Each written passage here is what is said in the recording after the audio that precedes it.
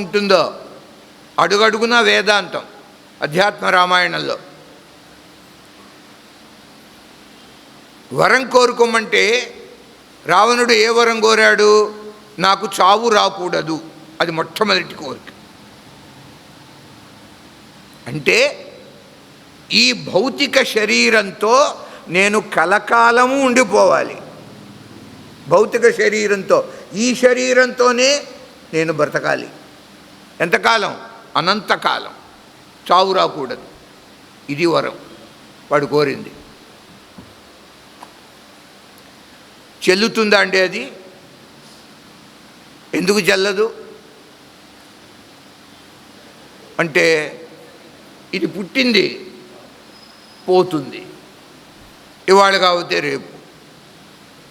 చావు లేకుండా బ్రహ్మదేవుడు ఎలా వరం ఇవ్వగలడు చెప్పండి? ఇప్పుడు ఆయన అన్నాడు, రావణ, ప్రళయంలో నాకు కూడా వినాశనం ఉన్నది, నేను స్వామిలో కలిసిపోతాను, అలాంటిది నీకు నేను చావు లేని వరం ఎట్లా ఇవ్వగలను అన్నాడు. నాకే ఆ స్థితి లేదో, నేనే అమరుణ్ణి కాదు.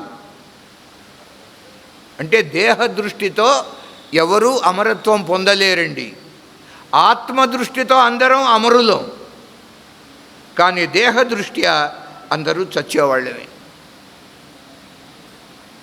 చక్కని సమాధానం. ఒక పర్యాయం అండి, ఆంజనేయ స్వామి వారిని రామచంద్రమూర్తి ప్రశ్నించారు. హనుమా, నువ్వు ఎవడివిరా అన్నారు. ఏం చెప్పను స్వామి, 3 రకాలుగా సమాధానం ఉన్నది, ఒక మాటలో నేను ఎలా చెప్పగలను? ఒక విధం కాదు కదా, 3 విధాలుగా నేను ఉన్నానన్నారు హనుమ. ఏ విధంగా 3 విధాలుగా ఉన్నావో చెప్పవయ్యా అన్నారు. అప్పుడు హనుమ, అద్భుతమైన శ్లోకం అండి ఇది. దేహదృష్ట్యాస్మి దాసోహం, అది మొట్టమొదటి సమాధానం. ఈ శరీరము దృష్టిలో పెట్టుకుని మాట్లాడుతున్నట్లయితే, దేహ దృష్టితో చెప్పినట్లయితే, స్వామి నేను నీకు దాసుణ్ణి అన్నాడు. అది ఒక విధానం. దేహ దృష్ట్యా దాసోహం అస్మి మొదటిది. 2, జీవదృష్టితో నేను జీవుణ్ణైతే జీవదృష్ట్యా త్వత్ అంశక, నీకు అంశాన్ని నేను అన్నాడు. అనేక జీవులు ఉన్నారు, ఒక్కొక్క జీవుడు పరమాత్మకి ఒక్కొక్క అంశ. అంటే ఎట్లా? సముద్రంలో ఒక బిందువులాగా. అలాంటి బిందువులు అన్నీ కలిస్తేగా సముద్రం అయింది. ఒక బిందువు ఒక జీవుడు.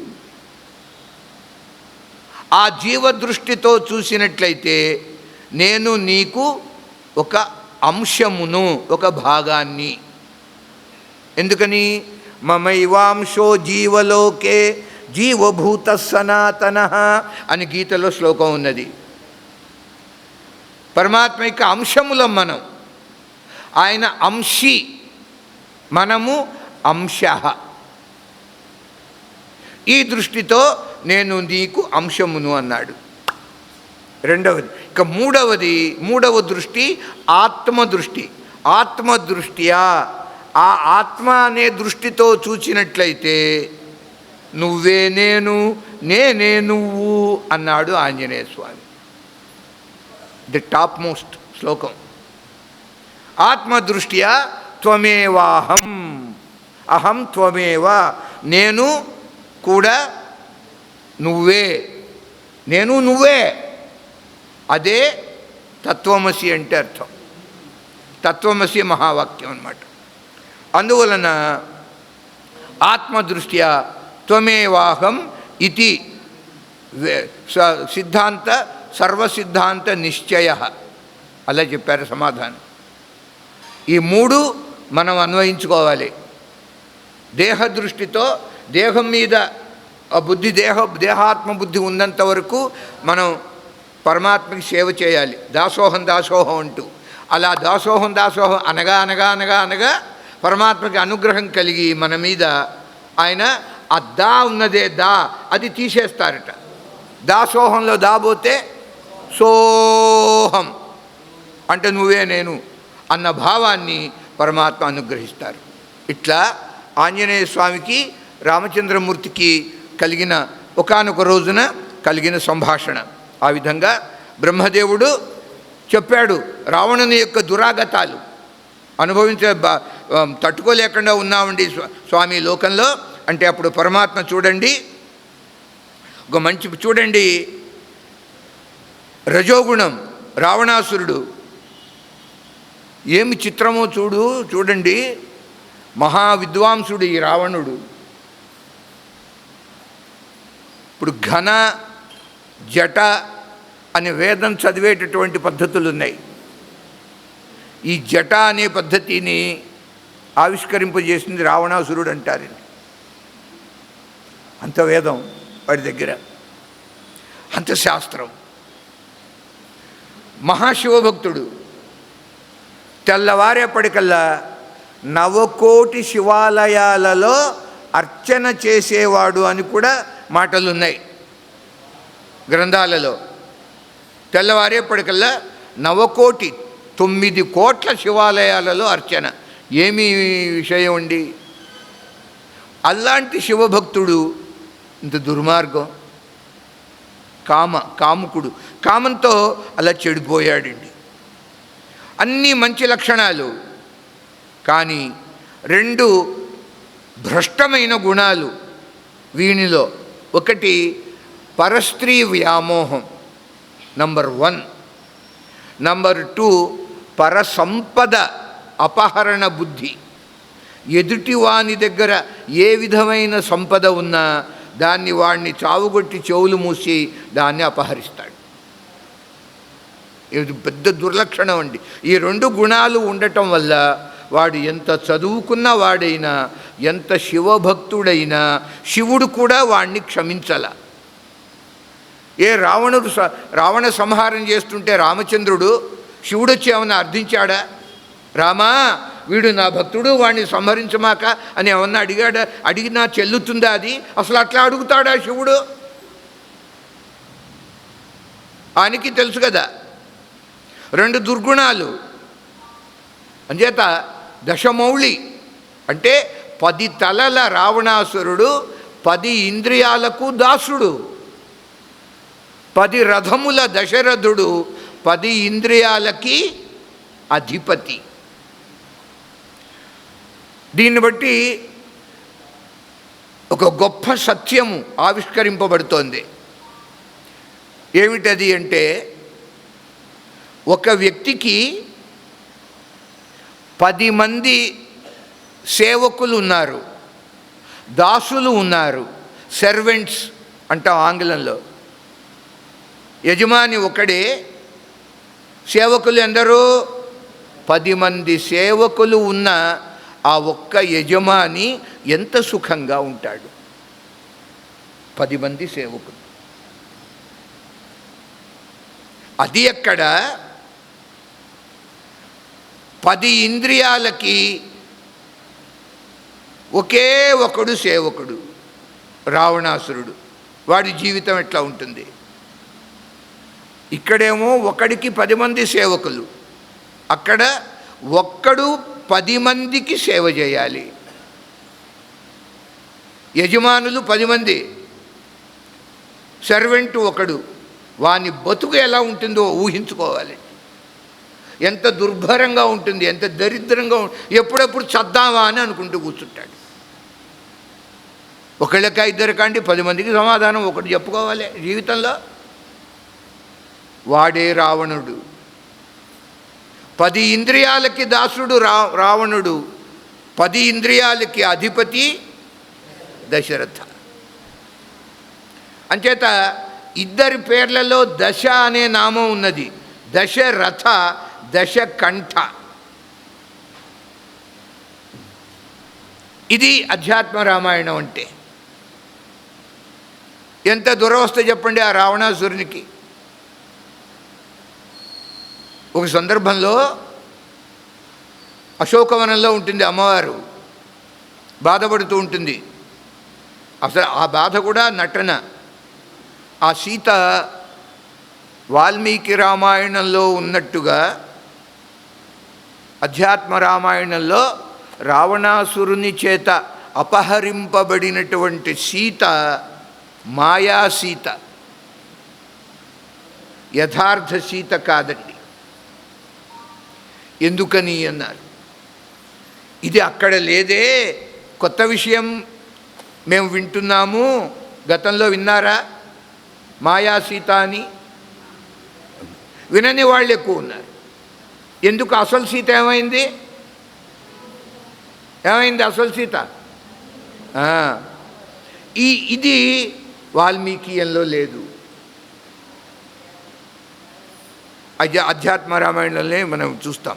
ఇతర పురాణాలలో కూర్మ పురాణం దీనికి ఆధారం. కూర్మ పురాణంలో వ్యాసుల వారు ఈ రహస్యం చెప్పాడు. పరమాత్మ ఆయనకు సర్వజ్ఞుడు కదా, భూత భవిష్యత్తు వర్తమానాలు 3 కాలాలు ఆయన తెలిసినవాడు. ఎందుకని? విశ్వం విష్ణు వషట్కార భూత భవ్య భవత్ ప్రభు, 3 కాలాలకి ఆయన ప్రభు తెలుసు. రావణుడు వస్తాడు, నిన్ను అపహరిస్తాడే, కనుక నీవు అగ్నిహోత్రుణ్ణి నువ్వు ఆశ్రయించు. అగ్నిభట్టారకుడు నీ యొక్క మాయా స్వరూపం, మాయా సీత ప్రతిబింబం అంటారు. అసలు బింబము అగ్నిహోత్రంలో ఉండిపోయింది. అగ్నిదేవుడు ఆశ్రయం ఇచ్చాడు బింబానికి. ఇప్పుడు రావణుడు అపహరించిన సీత ప్రతిబింబం, అంటే ఛాయ, నీడను పట్టుకెళ్ళాడు. ఎందుకని అన్నారు. అమ్మవారి ఒంటి మీద చెయ్యి వేయగలడా ఈ దుర్మార్గుడు? వాడు ఎంత శక్తివంతుడైనా. ఎవరండి తల్లి అంటే? అగ్ని. తామగ్నివర్ణాం తపసా జ్వలంతీం వైరోచనీం కర్మఫలేషు దుష్టాం దుర్గాం దేవీగుం శరణమహం ప్రపద్యే. తాం అగ్నివర్ణాం. అమ్మవారు ఉంటే అగ్ని. ఎవరన్నా చేయబట్టి ముట్టుకోగలడా నిప్పుని? ఏమవుతుంది? చెయ్యి తగలడిపోతుంది. అంత సాహసం చేయలేడు వాడు. ఎలా అపహరించగలిగాడు అంటే ఈవిడ యథార్థ సీత కాదు, మాయా సీత, డూప్లికేట్ సీత. డూప్లికేట్ అంటాం ఆంగ్లంలో. అంటే భాగవత పురాణంలో ఒక అసలు వాసుదేవుడు కృష్ణుడు ఉండగా మరొకడు బయలుదేరాడు, పౌండ్రక. వాడు అసలు వాసుదేవుణ్ణి నేనే అంటూ వాడు బయలుదేరాడు. వాడు డూప్లికేట్. చూడండి, ప్రతి పురాణంలో ఈ డూప్లికసీ అనేది ఉంటూనే ఉంటుంది. అది మనకి అప్పుడు ప్రతిబింబ సీత అలా ఏర్పడ్డది.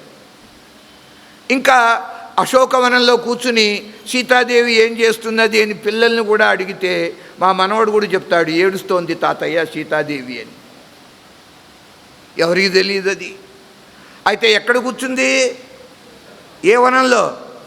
అశోకం అంటే శోకం లేని చోట కూర్చుంటే ఆవిడకి శోకం మరి ఎట్లా వస్తుంది? అది అభినయం. ఎందుకంటే డూప్లికేట్ కనుక. ఇలాంటి విశేషాలు మనకి ఈ అధ్యాత్మ రామాయణంలో దొరుకుతుంటాయి. అందువలన ఎంత మంచి లక్షణాలున్న 2 దుర్మార్గమైనటువంటి గుణాలతో వాడు అలా భ్రష్టుపట్టాడు. అప్పుడు పరమాత్మ బ్రహ్మదేవునికి మాట ఇచ్చారు, బిడ్డ ఆయన కూడా కొడుకే కదా ఆయనకి, కనుక ఒరే నేను అదను చూసుకుని భూమి మీద అవతరిస్తా. ఒకానొక శుభదినంలో దశరథ మహారాజు యొక్క గృహంలో కౌసల్య తల్లిగా నేను చేసుకొని, మరి 2 రాణులు ఉన్నారు కదా, కైకా సుమిత్ర. ఈ 3 రాణులలో నేనే నన్ను 4గా చేసుకుని అవతరిస్తా అన్నాడు. ఇదొక మాట. 4 రూపాలలో నేనే అవతరిస్తా. దీనికి చతుర్థ అవతతార. అవతతార అంటే అవతరించాడు. ఎట్లా? చతుర్థ అనగా 4 రూపాలుగా. చతుర్థ ఆత్మానమేవాహం సృజామి ఇతరయో పృథక్. దీన్ని జన్మ అంటారు. అంటే నన్ను నేనే సృష్టించుకుంటా. తనని తాను సృష్టించుకోవటమే జన్మించడం. అదే రామజన్మ. ఎందుకంటే ఇట్లా 4గా అవతరించాలి? దీనికి కూడా ఉపనిషత్తు ప్రమాణం. ఉపనిషత్తు ఆత్మని ఎలా వర్ణిస్తున్నది? మాండూక్య ఉపనిషత్తులో ఒక మాట ఉంది, సోయమాత్మ చతుష్పాత్. గుర్తుందా అది? సోయమాత్మ చతుష్పాత్ అని మాట. సహ అయం ఆత్మ, సోయమాత్మ. ఈ ఆత్మకి 4 పాదములు. ఆత్మకి 4 పాదాలు అని ఉపనిషత్తు చెబుతున్నది కనుక ఈ ఆత్మస్వరూపుడైన రాముడు కూడా 4గా అవతరించాడట. అది ప్రమాణం. వైశ్వానర, తేజస, ప్రాజ్ఞ, ఈ మూడిటికి అతీతమైన తురీయం. దీన్ని తురీయం అంటారు. అంటే 4వది. ఇది స్టాండర్డ్. ఈ ముందు చెప్పిన 3 ఉన్నాయే అవి మారిపోతూ ఉంటాయి ఒకటి తర్వాత ఒకటి. ఇలా మూడిటికి సాక్షిగా ఉంటాడు. ఇవన్నీ లలితా సహస్రనామాల్లో చక్కగా వర్ణించారండి. ఏ విధంగా? విశ్వుడు అనే ఒక పేరు జాగ్రత్త అవస్థలో, స్వప్నావస్థలో తైజస అని పేరు, సుషుప్తి అవస్థలో ప్రాజ్ఞ అని పేరు. ఈ ముగ్గురు కాదు, ఒకే ఒక జీవుడు. ఒక దశలో ఉంటే ఒక పేరు.